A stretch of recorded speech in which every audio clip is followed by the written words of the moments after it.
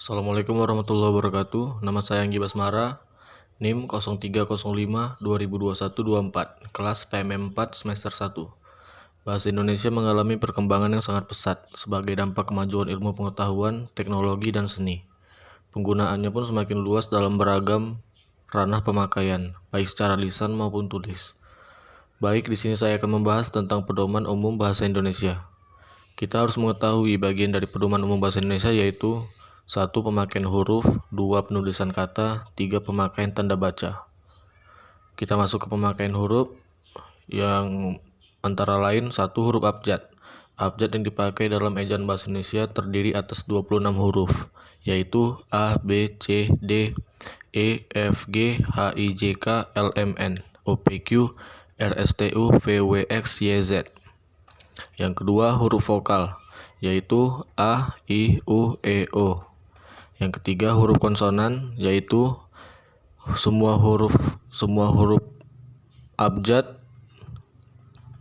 tapi tidak menggunakan huruf vokal, yaitu B, C, D, F, G, H, J, K, L, M, N, P, Q, R, S, T, V, W, X, Y, Z.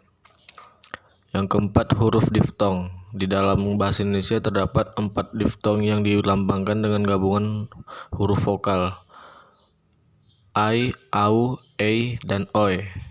5. Gabungan huruf konsonan. Gabungan huruf konsonan KH, NG, NY, dan SY masing-masing melambangkan satu bunyi konsonan. 6. Huruf kapital. Huruf kapital atau huruf besar dipakai sebagai huruf pertama kata pada awal kalimat setelah petikan langsung. Huruf kapital dipakai sebagai huruf pertama dalam kata dan ungkapan yang berhubungan dengan agama, kitab suci, dan Tuhan, termasuk kata ganti untuk Tuhan, dan juga untuk nama seseorang. 7. Huruf miring. Huruf yang tercetak miring dalam terminologi tipografi disebut italik. Huruf italik ini biasanya digunakan untuk memberikan penekanan pada sebuah kata. Di samping itu, huruf-huruf ini juga dipakai untuk menunjukkan istilah atau kata yang berasal dari bahasa asing. Bagian kedua yaitu penulisan kata. Terdiri dari 1. Kata dasar. Kata dasar ditulis sebagai satu kesatuan, misalnya kantor pajak penuh sesak, saya pergi ke sekolah, buku itu sangat tebal, dan lain-lain. 2. Kata berimbuhan. Imbuhan atau awalan, sisipan, akhiran, serta gabungan awalan dan akhiran ditulis serangkaian dengan bentuk dasarnya, misalnya berjalan, berkelanjutan, mempermudah, dan lain-lain. 3. Bentuk ulang. Bentuk ulang ditulis dengan menggunakan tanda hubung, yaitu garis di tengah di antara unsur-unsurnya. Misalnya anak garis anak biri-biri, buku garis buku, dibaca buku-buku, cumi-cumi, dan lain-lain. Yang keempat, gabungan kata. Gabungan kata yang lazim disebut kata majemuk, termasuk istilah khusus ditulis terpisah, misalnya duta besar, kambing hitam, orang tua, simpang 4, mata acara, dan lain-lain.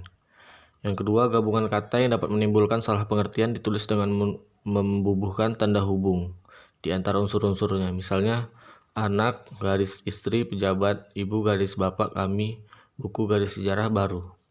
3. Gabungan kata yang penulisannya terpisah tetap ditulis terpisah jika mendapat awalan atau akhiran, misalnya bertepuk tangan, menganak sungai, garis bawahi, sebarluaskan. 4. Gabungan kata yang mendapat awalan dan akhiran sekaligus ditulis serangkai, misalnya dilipat gandakan, menggarisbawahi, menyebarluaskan. Dan ada bagian kelima yaitu pemenggalan kata. Pemenggalan kata pada kata dasar dilakukan sebagai berikut. Yang pertama, jika di tengah kata terdapat huruf vokal yang berurutan, pemenggalannya dilakukan di antara kedua huruf vokal itu, misalnya buah, main, niat, saat. Yang kedua, huruf diftong A, I, U, E, O dan OI tidak dipenggal, misalnya pandai, aula, survei, dan amboy. Yang tiga, jika di tengah kata dasar terdapat huruf konsonan atau termasuk gabungan huruf konsonan di antara dua huruf vokal, pemenggalan dilakukan sebelum huruf konsonan itu, misalnya bapak, lawan, dengan, kenyang, mutakhir, musyawarah.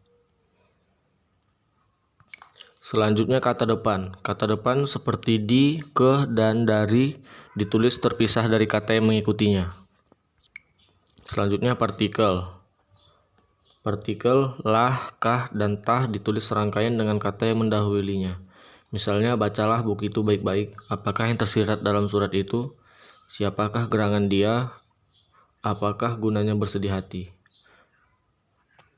Selanjutnya singkatan dan akronim. Yang pertama singkatan nama orang, gelar, sapaan, jabatan, atau pangkat diikuti dengan tanda titik pada setiap unsur singkatan itu. Misalnya Aha Nasution yang berarti Abdul Haris Nasution, H. Hamid yang berarti Haji Hamid, Suman HS yang berarti Suman Hasibuan. Yang ketiga pemakaian tanda baca, yaitu terdiri dari 15 bagian, yaitu tanda titik, tanda koma, tanda titik koma, tanda titik dua, tanda hubung, tanda pisah, tanda tanya, tanda seru, tanda elipsis, tanda petik tunggal, tanda kurung siku, tanda garis miring, dan yang terakhir tanda penyingkat atau apostrof. Baik, terima kasih. Sekian penjelasan dari saya tentang pedoman umum bahasa Indonesia. Lebih dan kurang saya mohon maaf. Wassalamualaikum warahmatullahi wabarakatuh.